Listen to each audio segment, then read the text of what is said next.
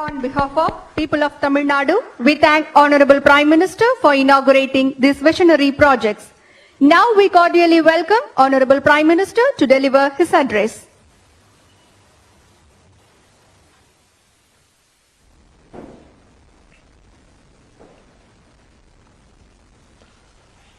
Governor of Tamil Nadu, Sri R.N. Ravi ji, Chief Minister of Tamil Nadu, Sri M. K. Stalin, Cabinet Minister Sri Mansukh Mandaviya ji, my colleague in the Council of Ministers, Sri L. Murugan, Bharti Pawar ji, Ministers of the Tamil Nadu government, Members of Parliament, Members of the Tamil Nadu Assembly, sisters and brothers of Tamil Nadu. Vanakkam. Let me begin by conveying Pongal and Makar Sankranti greetings to you all. As the famous song goes, Thai Pirandal Vai Pirakkum. Today, we are meeting for two special reasons. The inauguration of 11 medical colleges and the inauguration of the new building of the Central Institute of Classical Tamil. Thus, we are furthering the health of our society and making the connect with our culture stronger. Friends, medical education is one of the most desired streams for studies. The problem of shortage of doctors in India was well known, but there were not enough efforts to address this problem. Perhaps vested interests also did not let previous government to take the right decisions, and access to medical education remained an issue. Ever since we have taken office, our government has worked to address this gap. In 2014, our country had 387 medical colleges. In last 7 years only, this number has grown up to 596 medical colleges. This is an increase of 54%. In 2014, our country had around 82,000 medical undergraduate and postgraduate seats. In last 7 years, this number has gone up to around 1,48,000 seats. This is an increase of about 80%. In 2014, there were only 7 AIIMS in the country. But after 2014, the number of AIIMS approved has increased to 22. At the same time, various reforms have been undertaken to make the medical education sector more transparent. Regulations for setting up medical colleges and hospitals have been liberalized without compromise on quality. Friends, I am told that this would be the first time that 11 medical colleges are being inaugurated at one stock located in any one state. Just few days back, I had inaugurated 9 medical colleges at the same time in Uttar Pradesh. So, I am getting to break my own record. It is important to address regional imbalances. In the light, it is good to see two of the medical colleges inaugurated are in the aspirational districts of Ramanathapuram and Virudhunagar. These are districts where the development needs require special attention. One college in the remote hilly district of the Nilgiris. Friends, the once in a lifetime COVID-19 pandemic has reaffirmed the importance of the health sector. The future will belong to societies which invest in healthcare. The government of India has brought many reforms in the sector. Thanks to Ayushman Bharat, the poor have access to top quality and affordable healthcare. The cost of knee implants and stents have become 1/3 of what it was. PM Jan Aushadhi Yojana has brought about a revolution in access to affordable medicines. There are over 8,000 such stores in India. This scheme has particularly helped the poor and the middle class. The money spent on medicines has come down greatly. To further healthy lifestyle among women, sanitary napkins are being provided at a cost of 1 rupee. I would urge the people of Tamil Nadu to take full advantage of these schemes. The Pradhan Mantri Ayushman Bharat Infrastructure Mission aims to address the critical gaps in health infrastructure and health research, especially at district level. A support of over rupees 3,000 crore would be provided to Tamil Nadu in the next 5 years.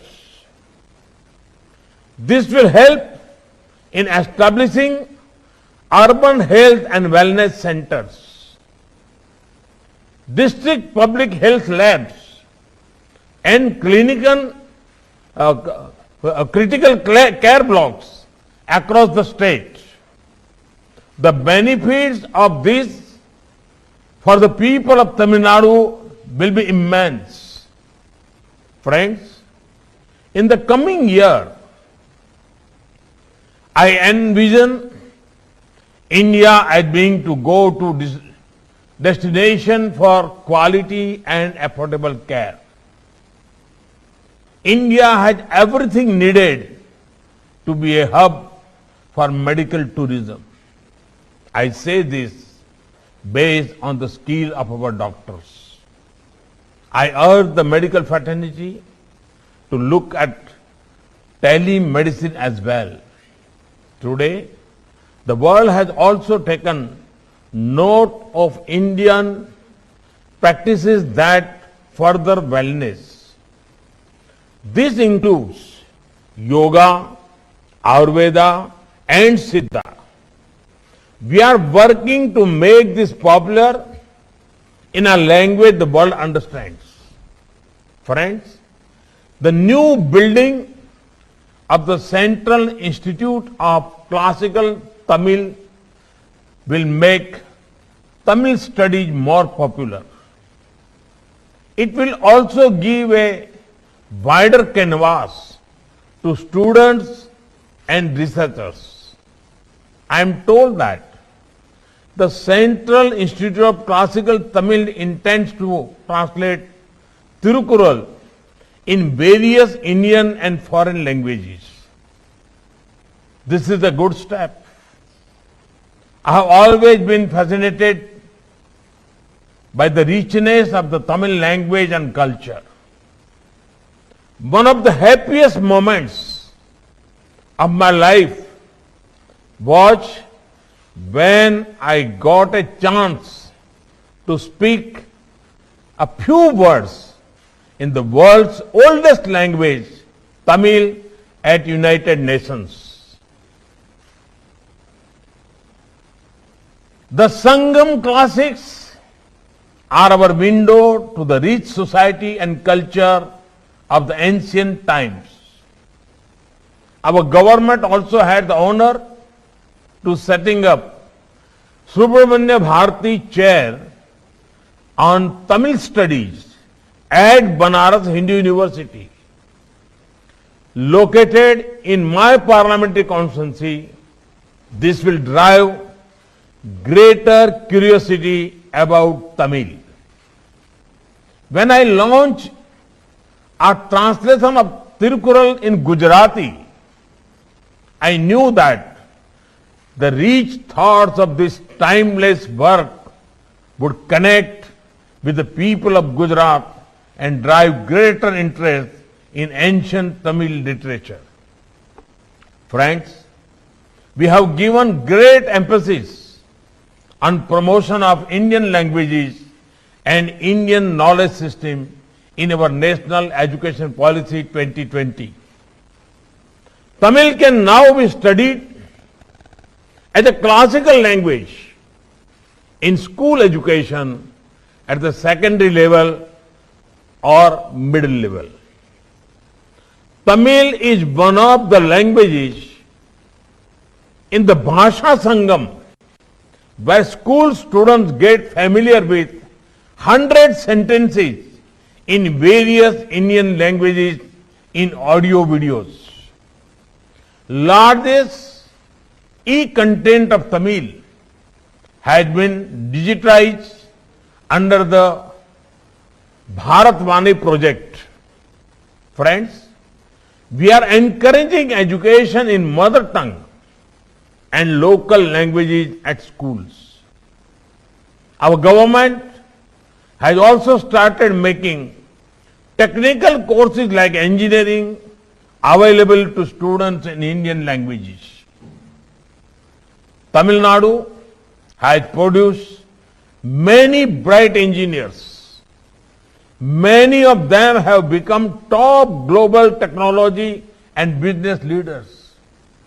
I call upon this talented Tamil diaspora to help develop Tamil language content in STEM courses.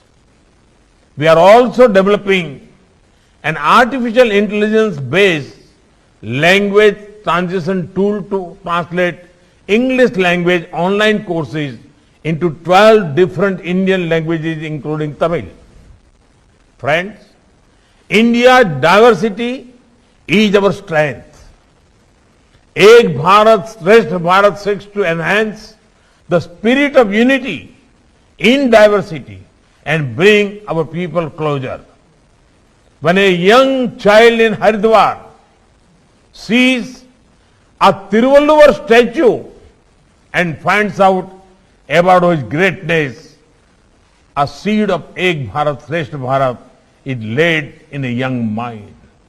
A similar spirit is seen when a child from Haryana visits to Rock Memorial at Kanyakumari. When children of Tamil Nadu or Kerala learn about Veer Bal Divas, they get connected with the life of message of the Sabjadas, the great sons of the soil who sacrificed their lives but never compromise on their ideals. Let us make effort to discover other cultures. I assure you that you will enjoy it. Friends, before I conclude, I would like to request you all to follow all COVID-19 related protocols, particularly mask discipline. India's vaccination drive is making remarkable progress. In the last few days, youngsters in the 15 to 18 category have begun to get the doses. The precaution doses for the elderly and healthcare workers have begun too. I urge all those who are eligible to get vaccinated, guided by the mantra of Sabka Saath, Sabka Vikas, Sabka Vishwas and Sabka Prayas.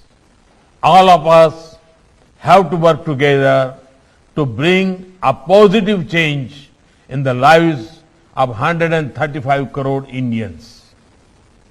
Learning from the pandemic, we keep working to ensure inclusive and quality healthcare services to all our countrymen.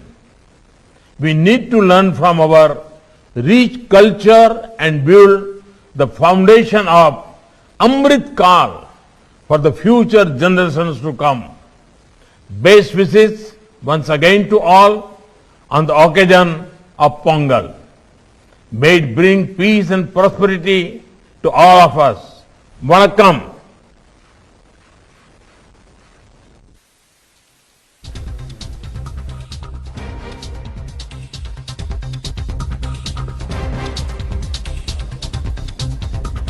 தமிழகத்தில் 11 புதிய மருத்துவக் கல்லூரிகளை பிரதமர் மோடி திறந்து வைத்திருக்கிறார். அது மட்டுமல்லாமல் செம்மொழி தமிழாய்வு மத்திய நிறுவனத்திற்கான புதிய கட்டடத்தையும் பிரதமர் மோடி திறந்து வைத்து உரையாற்றியிருக்கிறார். இந்த நிகழ்ச்சியில் ஆளுநர் ஆர்.என். ரவி, முதலமைச்சர் மு.க. ஸ்டாலின், மத்திய அமைச்சர் மன்சுக் மாண்டவியா உள்ளிட்ட பல்வேறு தலைவர்கள் இந்த நிகழ்ச்சியில் கலந்து கொண்டார்கள். காணொலி காட்சி மூலமாக இந்த